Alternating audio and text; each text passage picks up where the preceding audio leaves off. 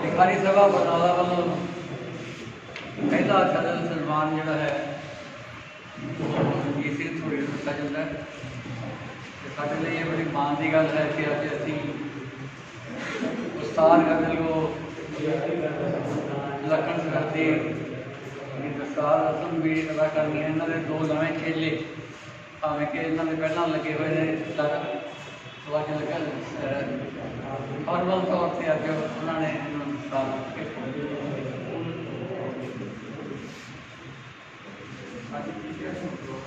तुम बैठो इस तरह ड्रामा के बाद थोड़ा थोड़ा अभी पर्चियां का प्रोग्राम ना चलाइए ताकि गंभीर चर्चा भी ना होती रहे। हम जगवीर हर जिम्मे मैं पहले कहा कि पहला PhD का थीसिस भावें कि हम गल साहब ने भी किया, लेकिन उन्होंने थीसिस लिखण वाले कोई होर सी ते डिग्री लैण वाला कोई होर सी। जगवीर हर जोड़ा है वो साढ़े विचार है, नौजवान शायर भी है, गजल भी लिखता है, गजल समर्पित भी है। जगवीर हर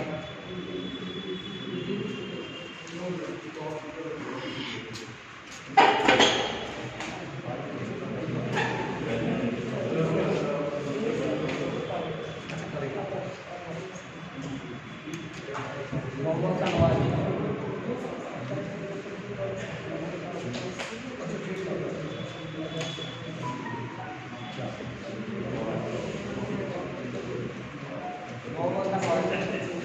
मेरे पेपर में आवाज़ और भाव तक का विश्लेषणात्मक अध्ययन समकालीन पंजाबी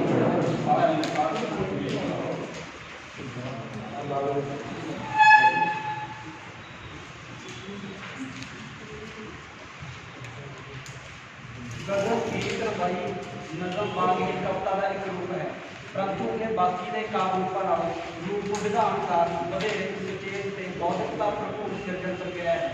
पहले पंजाबी गजल को साम्राज्य को लैके हुण तक पंजाबी गजल ने अनेक प्रकार के पड़ावां नूं तय किया है। पंजाबी गजल ने परंपरागत विधान तो पंजाबी सभ्याचारक विधान तक एक प्रतिभाबोध तो बहुप्रतिभाबोध तक ਅਤੇ रोमांटिकता तो समाजिकता तक गजल ਨੂੰ ਨਵੇਂ ਦੇ ਸਹੱਦੇ ਪ੍ਰਦਾਨ ਕੀਤੇ ਹਨ। ਸਮਕਾਲ ਵਿੱਚ ਗਜ਼ਲ ਅਜਿਹੀ ਕਾਵਿਦਾ ਵਜੋਂ ਪ੍ਰਵਾਨਿਤ ਹੋ ਚੁੱਕੀ ਹੈ ਜਿਸ ਵਿੱਚ ਮਨੁੱਖੀ ਵੇਦਨਾਵਾਂ, ਰਿਸ਼ਤਿਆਂ ਅਤੇ ਮਨੁੱਖੀ ਜ਼ਿੰਦਗੀ ਨਾਲ ਸੰਬੰਧਿਤ ਕਿਸੇ ਵੀ ਵਿਚਾਰ ਨੂੰ ਸੁਹਜਤਾ ਤੇ ਸਹਿਜਤਾ ਨਾਲ ਅਭਿਵਿਅਕਤ ਕੀਤਾ ਜਾ ਸਕਦਾ ਹੈ।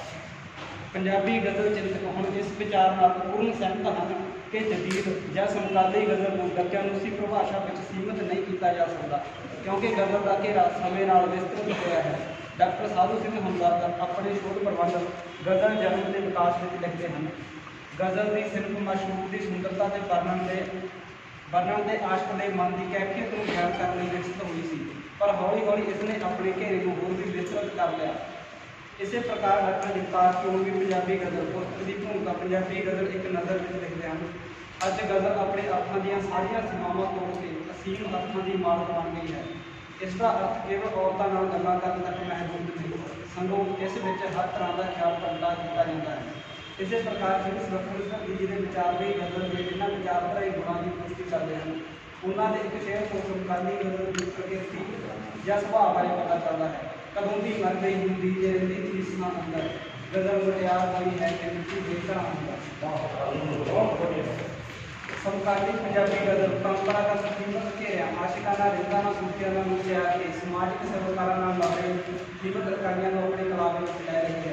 विचाराधीन काल की गजल विच यथार्थवादी क्रूरता की कठोरता के बावजूद काबू की कोमलता भी ते सोचता भी प्रकृति का खासा बरकरार रहता है। समकाली शैली का एक सिरा जिक्र मुहब्बत प्यार के भावों की अभिव्यक्ति समाजिक सभ्याचार राजनीतिक आर्थिक प्रकारां नाल जुड़ता है, तो इसका दूजा सिरा आधुनिक जदीद काल पात्र के शहरी जीवन की जकड़ता बेबसी मोर्चा अनिश्चितता प्रवासी दोगलापन स्वार्थ उदारती को लैके नारी चेतना प्रवास चेतना दलित दलित परिस्थितियों के पास फैलिया हुआ है। हत्ता गजल संग्रह प्रवास को प्रभाव तक रणजीत सिंह धूरी का पहला गजल संग्रह है।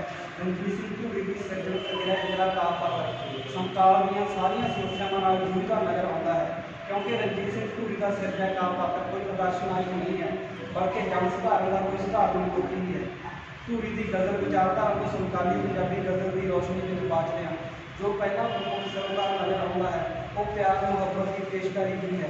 ਬੇਸ਼ੱਕ ਰਵਾਇਤੀ ਗਜ਼ਲ ਵਿੱਚ ਇਹ ਵਿਸ਼ਾ ਸਿਖਰ ਉੱਤੇ ਸੀ, ਉੱਥੇ ਹੀ ਸਮਕਾਲੀ ਸ਼ੈਲੀ ਵਿੱਚ ਵੀ ਇਸ ਦਾ ਅਹਿਮ ਸਥਾਨ ਹੈ, ਕਿਉਂਕਿ ਇਹ ਵਿਸ਼ਾ ਆਧੁਨਿਕ ਦੌਰ ਦੇ ਕਾਨੂੰਨ ਯਥਾਰਥ ਦੀ ਅਭਿਵਿਅਕਤੀ ਦੇ ਨਾਲ ਨਾਲ ਸਦੀਵੀ ਮੁੱਲਾਂ ਦਾ ਅਖਾਇਤ ਹੋਣ ਕਾਰਨ ਸ਼ਾਇਰੀ ਵਿੱਚੋਂ ਖਾਰਜੀ ਨਹੀਂ ਕੀਤਾ ਜਾ ਸਕਦਾ। परंतु रवायती गज़ल नालों समकाली गज़ल में प्यार का हरेक भाव प्रबंध बिल्कुल नवी चिहनकारी नाल संबंधित है, जिस कारण शायर अपने शेयरों में अभिव्यक्ति अपनी निज पीड़ा भी करता है, परंतु कोई प्रगटावा अजिही कलात्मकता नाल होता है कि सधारणीकरण के माध्यम राही ये पीड़ा पाठक वास्ते समूहिक होर निबड़ती है। रणजीत सिंह धूरी की शेयरकारी में जिस तरह प्यार मुहब्बत की अभिव्यक्ति हुई है वो किसी भी जिंदगी प्रति नकारात्मक नहीं होता, वो अजिहे विशाल सकारात्मक रह के इस शरीर प्रक्रिया में जीत लेंदा है। जिवें डाढी उम्मीद भरिया ये कौ खटाले वर्गा संजोग तेरा बनया कहानी दा होगा, जिन्ना जेना का संकेतमय शब्दावली विच धूरी ने मुहब्बत का बिंब उजागर किया है, वो सारी शब्दावली आधुनिक युग में विश्वीकरण के संदर्भ में स्थापित हुए मंडी कल्चर में चिन्हित करती है। मुहब्बत करीना ये सौदा है दिल का व्यापारी ने सारी दगा देगा। इस प्रकार धूरी का काल पात्र संबोधनी सुर तैयार करके आधुनिक युग में मुहब्बत के बदल रहे मुल विधान का प्रवचन दिंदा है। समकाली पंजाबी गज़ल का प्रवचन समुचा तो नहीं पर अध तो वध मैं मूर्ख सुर बल अग्रसर हो गया है। समकाली शायरों ने मैं या उत्तम पुरख में केंद्र में स्थित करके अपने निर्भभावी एहसासों को दर्शाया है। मैं मूर्ख या उत्तम पुरखी का प्रवचन में सिरजनिया मुख दीर्घ स्तर उत्ते स्वै पर जोर करता है। सिट्टे वजों को समाज अर्थचारे में अपनी पहचान या होंद लई चिंतातुर हुंदा है। अजिहे चिंतन विचों ही अस्तित्वी चेतना पैदा होती है। अस्तित्वी चेतना समकाली शायरी का उकड़वा पछाण चिन्ह है। रणजीत सिंह धूरी का काल पात्र भी अजिहे संकट को भली भांति जाणू है, परंतु वो इस संकट में सीधे तौर पर कोड़ नहीं करता, बल्कि नवीन ते मौलिक चिन्हों राही इस प्रति कलावी पहुँच अपनाता है। जिवें दिलदार मेरा गुनिया एक प्यार मेरा गुनिया दुनिया नूं की पता है संसार मेरा गुनिया। उपरोक्त शोध शेयर के मरम तक पहुँचने लई संसार शब्द विचले लखणां ते व्यंजना अर्थां नूं समझण लई ही इस विचले गीत ते वक्र कथन तक पहुँचा जा सकता है। इस प्रकार संसार शब्द कौम नस्ल रंग भाषा जात पछाण या आइडेंटिटी आदि वाल इशारा है। इस प्रकार के गुआचे मनुख अंदर शहरीकरण दोगलेपन दचित्ती एकलता आत्म पछाण स्वार्थ आदि के विरोधी भाव युक्त कार्यशील होंगे हैं। रणजीत सिंह धूरी अपनी गज़ल सिरजन प्रक्रिया में अजिहे मनुख की पछाण कराता है, जिवें शहरीकरण या आत्म पछाण अपने शहर अंदर होया हाँ अनपछाता तेरी ही पैर पहाड़ा जिस राह करन ते काम या स्वार्थ नूं जिस बाग का हर एक रुख इन्ना भ्रिष्टिया है हर शाख उत्ते टोला मतलब परस्तियां दचित्ती दस मैं तेरी बेरफी की कहाँ मरहम के लो साथ मेरा दीदी जो दुखां च भी खुशियां एकलता मैं अपनी चुप च ही घिरिया एकांत टापू हाँ किसी नूं लोड़ की अपड़न दी है मेरे फिकर। समकाली पंजाबी गज़ल में प्रवास संबंधी गहन नुकतिਆਂ का आलोचनात्मक विचन मिलता है। समकाली शायरां ने प्रवासियों के सुपनिਆਂ ਅਤੇ संतापां की दर्दनाक मिथ्या अजिहे फिल्मां ਅਤੇ काव्य चित्तरां राਹੀਂ बियान किया है, जिन्हां ਤੋਂ उस उन्नत जीवन शैली के अंदरले गूढ़ रहस्य की पाछली लुप्त वास्तविकता का आभास होता है। प्रवास नाल संबंधित शेयरकारी में निर्भर मूल वासियों नालों प्रवासियों के जीवन का अंतर जलवायु प्रतिकूलता यथार्थ की कठोरता आदि का चित्रण होया है। समकाली गज़ल में अजिहा चित्रण बिल्कुल नवी जानकारी नाल संबंधित है। रणजीत सिंह धूरी की गज़ल का काल पात्र भी प्रवास संबंधी मूल समस्यावां नाल संवाद रचाउंदा नज़र आउंदा है। महक सी अंतांत इस विच जिंदगी के रंग सन टहक दा अपनी टहनी तो जब टुटिया अपनी मिट्टी तो बिना जब व्यर्थ भी जाते नहीं सोच अपनी मिट्टी में जिउंदा किवें फिर आदमी। अजिहे दौर में राजनीति भी धर्म आधारित हो निबड़ती है, जिस विच सिर्फ कर्मकांड ही नज़र आउंदे हन। गाँव के पेड़े विच भी राजनीति सोचता सी बिना लालच तो किते कम नहीं है सेवा कहाया जा अपना जो वोट का हक बंदे ने बेच दिता उसकी सहूलतों का एक चोर बन गया है। रणजीत सिंह धूरी ने अपनी गज़ल सिरजना में जिथे समाजिक आर्थिक सरोकारां का विवेचन किया है ਉੱਥੇ ਹੀ ਗਜ਼ਲ ਕਾਵਿ ਰੂਪ ਦੇ ਵਿਧਾਗਤ ਤੱਤਾਂ ਬਾਰੇ ਵੀ ਵਿਚਾਰ ਪ੍ਰਗਟ ਕੀਤੇ ਹਨ। ਉਹ ਸ਼ਾਇਰੀ ਨੂੰ ਸ਼ਾਇਰ ਦੀ ਨਿਰਵਾਣ ਪ੍ਰਾਪਤੀ ਦਾ ਮਾਰਗ ਸਮਝਦਾ ਹੈ। ਨਾ ਮਿਲ ਸਕੀ ਉਹ ਤੋਂ ਅਰਸ਼ ਚੂਣਾ ਧਰਤੀ ਤੋਂ, ਮਿਲੇ ਇਹ ਚੈਨ ਜੋ ਸ਼ਾਇਰੀ ਨੂੰ ਸ਼ਾਇਰ ਨੂੰ ਸ਼ਾਇਰੀ ਕਰਕੇ। ਪਰੰਤੂ ਇਹ ਸ਼ਾਇਰੀ ਆਪਣੇ ਸਾਰੇ ਤੱਤਾਂ ਨਾਲ ਭਰਪੂਰ ਹੋਣੀ ਚਾਹੀਦੀ ਹੈ। ਇੱਕ ਮਿੱਕ ਦੇ ਬੋਲ ਹੋ ਕੇ ਕਾਗਜ਼ ਦੀ ਹਿੱਕ ਤੇ ਬੈਠਣ, ਤਦ ਛੰਦ ਬਹਿਰ ਪਿੰਗਲ ਆਪਣੀ ਗਜ਼ਲ ਸੁਣਾਵੇ। ਪਰੰਤੂ ਇਹ ਸਿਰਫ ਲੈ ਛੰਦ ਬਹਿਰ ਹੀ ਸੰਪੂਰਨ ਸ਼ਾਇਰੀ ਨਹੀਂ ਹੁੰਦੀ। ਇਸ ਲਈ ਰਣਜੀਤ ਸਿੰਘ ਧੂਰੀ ਦਾ ਮੰਨਣਾ ਹੈ, ਵਿਧਾਨ ਰੂਪ ਵਿੱਚ ਸ਼ਾਇਰ ਤਾਂ ਕੈਦ ਨਹੀਂ ਧੂਰੀ, ਇਹ ਬਹਿਰ ਕਾਵਿਆ ਸ਼ਾਇਰੀ ਦੀ ਮਿੱਠੀ ਛਣਕਣ ਹੈ। ਵਿਚਾਰਾਧੀਨ ਕਾਲ ਦੀ ਗਜ਼ਲ ਲਿਖਦਾ ਪਾਤਰ ਸਥਿਤੀਆਂ ਤੋਂ ਪਲਾਇਨ ਨਹੀਂ ਕਰਦਾ, ਬਲਕਿ ਉਹ ਇਸ ਤਲਖ ਯਥਾਰਥ ਦਾ ਆਪਣੀ ਸਮਰੱਥਾ ਅਨੁਸਾਰ ਟਾਕਰਾ ਕਰਦਾ ਹੈ। ਰਣਜੀਤ ਸਿੰਘ ਧੂਰੀ ਆਪਣੀ ਗਜ਼ਲ ਵਿੱਚ ਆਸ਼ਾਵਾਦੀ ਦ੍ਰਿਸ਼ਟੀਕੋਣ ਅਪਣਾਉਂਦਾ ਨਜ਼ਰ ਆਉਂਦਾ ਹੈ। ਉਹ ਤਲਖ ਸਥਿਤੀਆਂ ਤੋਂ ਪਾਰ ਜਾਣ ਦੀ ਚੇਤਨਾ ਨਾਲ ਪਹੁੰਚਿਆ ਹੋਇਆ ਸਹਿਜੇ ਹੀ ਲਾਪਦਾ ਹੈ।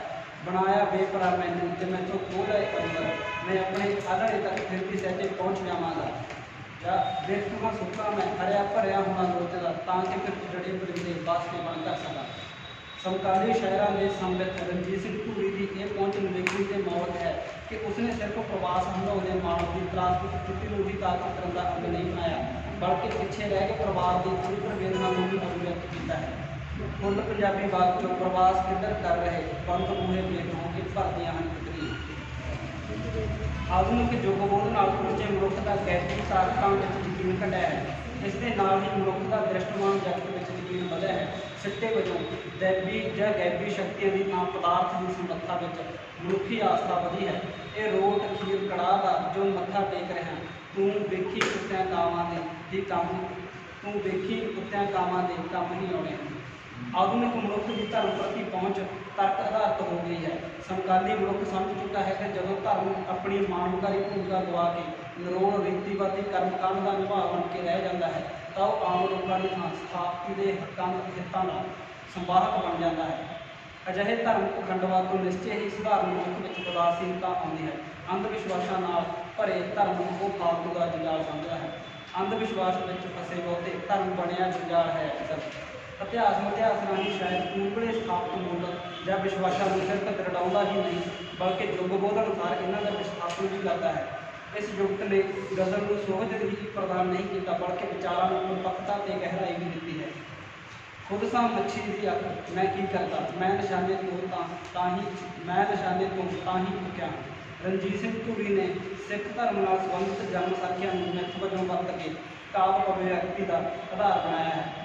ਢਹਿ ਪਏ ਫਿਰ ਭੀੜ ਕੌੜਾ ਠੱਗ ਸੱਜਣ ਸ਼ਰਨ ਵਿੱਚ, ਜਦ ਆਕਾਸ਼ਾਂ ਤੀਕ ਬਾਬਾ ਸ਼ਬਦ ਨੂੰ ਛਣਕਾ ਲਿਆ। ਮੁਹਾਵਰੇ ਤੇ ਅਖਾਣਾਂ ਦਾ ਸੰਬੰਧ ਲੋਕ ਮਨਾਂ ਨਾਲ ਹੈ। ਸਮਕਾਲੀ ਸ਼ਾਇਰਾਂ ਨੇ ਆਪਣੀ ਕਾਵਿ ਅਭਿਵਿਅਕਤੀ ਵਿੱਚ ਮੁਹਾਵਰੇ ਜਾਂ ਅਖਾਣਾਂ ਨੂੰ ਇੱਕ ਸੰਚਾਰ ਜੁਗਤ ਵਜੋਂ ਵਰਤਿਆ ਹੈ। ਇਹ ਜੁਗਤ ਗਜ਼ਲ ਨੂੰ ਵਧੇਰੇ ਲੋਕਮੁਖੀ ਬਣਾਉਂਦੀ ਹੈ। ਉੱਥੇ ਹੀ ਅਸੀਂ ਡਾਕਟਰ ਮੋਹਨਜੀਤ ਜੀ ਦੇ ਇਸ ਵਿਚਾਰ ਨਾਲ ਪੂਰਨ ਸਹਿਮਤ ਹਾਂ ਕਿ ਸ਼ਾਇਰੀ ਵਿੱਚ ਮੁਹਾਵਰਾ ਅਦਾਈ ਦਾ ਵਿਸ਼ੇਸ਼ ਸਥਾਨ ਹੈ। ਇਸ ਤੋਂ ਸ਼ਾਇਰ ਦੀ ਬੋਲੀ ਦੀ ਮਹਾਰਤ ਦਾ ਪਤਾ ਚੱਲ ਲੱਗਦਾ ਹੈ। ਦੂਸਰੇ ਮੁਹਾਵਰੇ ਦੀ ਵਰਤੋਂ ਨਾਲ ਵੱਡੀ ਗੱਲ ਨੂੰ ਕੁਝ ਸ਼ਬਦਾਂ ਵਿੱਚ ਕਿਹਾ ਜਾ ਸਕਦਾ ਹੈ। ਸ਼ੇਅਰ ਵਿੱਚ ਮੁਹਾਵਰੇ ਦਾ ਪ੍ਰਯੋਗ ਉਸਤਾਦੀ ਤੋਂ ਬਿਨਾਂ ਮਿਲਦਾ ਹੀ ਨਹੀਂ। ਰਣਜੀਤ ਸਿੰਘ ਧੂਰੀ ਨੇ ਗਜ਼ਲ ਸਿਰਜਣ ਪ੍ਰਕਿਰਿਆ ਸਮੇਂ ਅਨੇਕਾਂ ਮੁਹਾਵਰੇ ਅਖਾਣਾਂ ਦੀ ਵਰਤੋਂ ਕਰਕੇ ਉਸਤਾਦੀ ਰੰਗ ਬੰਨ੍ਹਿਆ ਹੈ। ਉਸਨੇ ਛਿੱਕੇ ਟੰਗਣਾ, ਅੱਖ ਝਪਕਣਾ, ਭਰਮ ਦਾ ਭਾਂਡਾ ਫੁੱਕਣਾ, ਹਾਸੇ ਉਡਾਉਣਾ, ਬਾਗੋ-ਬਾਗ ਹੋਣਾ ਆਦਿ ਮੁਹਾਵਰੇ ਵਰਤੇ ਹਨ। ਛੱਡ ਰੋਜ਼ ਹੋਸ਼ ਕਰਤੂ, ਧੂਰੀ ਤੂੰ ਆਵੀ ਜਾਮ, ਉਹ ਬਾਗੋ-ਬਾਗ ਹੋਣੀ ਤੈਨੂੰ ਚਾਹੁਣ ਵਾਲਾ, ਸੋਚ ਕੇ ਪੁੱਟੀ ਕਦਮ ਤੇ ਜਾਣ ਦਾ, ਦੁਨੀਆਂ ਦੇ ਨੂੰ ਰਾਮ ਕਸ਼ਮ ਚ ਹੈ ਸੁਣੀ। ਸਮਕਾਲੀ ਪੰਜਾਬੀ ਗਜ਼ਲ ਨੇ ਸਿਰਫ ਭਾਵ ਵਿੱਚ ਹੀ ਨਵੇਂ ਆਯਾਮ ਮਿਆਸਰ ਨਹੀਂ ਕੀਤੇ, ਬਲਕਿ ਕਲਾ ਪੱਖੋਂ ਵੀ ਸਮਕਾਲ ਵਿੱਚ ਅਨੇਕਾਂ ਨਵੀਆਂ ਸੰਚਾਰ ਰੂਪਾਂ ਦਾ ਪ੍ਰਯੋਗ ਕੀਤਾ ਹੈ। ਛੰਦ ਬਹਿਰ ਨੂੰ ਗਜ਼ਲ ਦਾ ਸਰੀਰ ਮੰਨਿਆ ਜਾਂਦਾ ਹੈ। ਸਮਕਾਲ ਵਿੱਚ ਅਨੇਕਾਂ ਸ਼ਾਇਰ ਜੋ ਗਜ਼ਲ ਵਿਧਾ ਵੱਲ ਰੁਚਿਤ ਹੋ ਕੇ ਆਪਣਾ ਸਥਾਨ ਬਣਾ ਰਹੇ ਹਨ, ਉਹ ਗਜ਼ਲ ਦੇ ਬਾਹਰੀ ਢਾਂਚੇ ਤੋਂ ਭਲੀ ਪ੍ਰਕਾਰ ਜਾਣੂ ਹਨ। ਸਮਕਾਲ ਵਿੱਚ ਬਹੁਤੇ ਗਜ਼ਲ ਨੂੰ ਰਮਨ ਮੁਸਮਨ ਮਹਿਦੂਦ, ਬਹਿਰ ਹਦਰ ਮੁਸਮਨ ਸਾਧਨ, ਫੇਰਨੀ ਬਹਿਰਾ, ਦੋਹਾ ਗਜ਼ਲ ਆਦਿ ਅਜਿਹੀਆਂ ਬਹਿਰਾਂ ਵਰਤ ਰਹੇ ਹਨ, ਜਿਨ੍ਹਾਂ ਦੀ ਸੁਰ ਲਹਿਰੀ ਪੰਜਾਬੀ ਜਨਜੀਵਨ ਵਿੱਚ ਸਮੂਈ ਹੋਈ ਹੈ। ਰਣਜੀਤ ਸਿੰਘ ਧੂਰੀ ਨੇ ਇਹਨਾਂ ਬਹਿਰਾਂ ਤੋਂ ਇਲਾਵਾ ਕਈ ਸੰਗਲਾਤ ਬਹਿਰਾਂ ਪ੍ਰੋਫੈਸਰ ਦੀ ਅਨੁਸਾਰ ਵੀ ਵਰਤੀਆਂ ਹਨ, ਜਿਵੇਂ ਮੁਜ਼ਾਰਿਆ ਮੁਸਮਨ ਅਕਰਮ, ਮਹਿਦੂਦ ਮੁਜ਼ੱਫਰ ਮੁਸਮਨ ਮਕਬੂਲ ਮਹਿਦੂਦ, ਹਫੀਜ਼ ਮੁਸੱਦਸ ਮਕਬੂਲ ਮਹਿਦੂਦ। ਅਜਿਹੀਆਂ ਤਿੱਖੜੀਆਂ ਬਹਿਰਾਂ ਨੂੰ ਵਰਤਦੇ ਹੋਏ ਵੀ ਬੜੀ ਸੋਝਤਾ ਤੇ ਸਹਿਜਤਾ ਨਾਲ ਨਿਭਾਇਆ ਹੈ। ਕਿਧਰੇ ਵੀ ਕੋਈ ਭਾਵ ਵਿਚਾਰ ਟੁੱਟਦਾ ਨਜ਼ਰ ਨਹੀਂ ਆਉਂਦਾ। ਬਲਕਿ ਬਹਿਰ ਦੀ ਜਪਤੀ ਨੂੰ ਬਰਕਰਾਰ ਰੱਖ ਕੇ ਭਾਵ ਸਪਸ਼ਟ ਕੀਤੇ ਹਨ। ਸਮਕਾਲੀ ਪੰਜਾਬੀ ਗਜ਼ਲ ਨੇ ਪਰੰਪਰਾਗਤ ਚਿਹਨਾਂ ਦਾ ਤਿਆਗ ਕਰਕੇ ਸਮੇਂ ਦੇ ਅਨੁਕੂਲ ਹੀ ਮਨੁੱਖੀ ਅਨੁਭਵ ਵਿੱਚ ਨਵੀਨ ਚਿਹਨਾਂ ਦੀ ਪੇਸ਼ਕਾਰੀ ਕੀਤੀ ਹੈ। ਨਵੀਂ ਰਾਸ਼ਟਰੀ ਅੰਤਰਰਾਸ਼ਟਰੀ ਚੇਤਨਾ ਨਾਲ ਉਪਜੀ ਨਵੀਂ ਸੂਝ ਦੇ ਨਵੇਂ ਚਿਹਨਾਂ ਨੂੰ ਸਥਾਪਿਤ ਕੀਤਾ ਹੈ। ਧੂਰੀ ਨੇ ਗਜ਼ਲ ਨੂੰ ਮੌਲਿਕ ਤੇ ਨਵੀਨ ਚਿਹਨਕਾਰੀ ਨਾਲ ਸਸ਼ਕਤ ਤੇ ਸਮਰੱਥ ਬਣਾਇਆ ਹੈ। ਉਸਨੇ ਸੰਗੀਤ ਨਾਲ ਸੰਬੰਧਿਤ ਚਿਹਨ ਰਵਾਬ, ਰਾਗ, ਸੁਰ ਆਦਿ ਦਾ ਪ੍ਰਯੋਗ ਕਰਕੇ ਸੰਗੀਤ ਨਾਲ ਮਨੁੱਖੀ ਜੀਵਨ ਦੇ ਰਿਦਮ, ਲੈਅ, ਤਾਲ ਦੀ ਸਾਂਝ ਨੂੰ ਪ੍ਰਗਟਾਇਆ ਹੈ।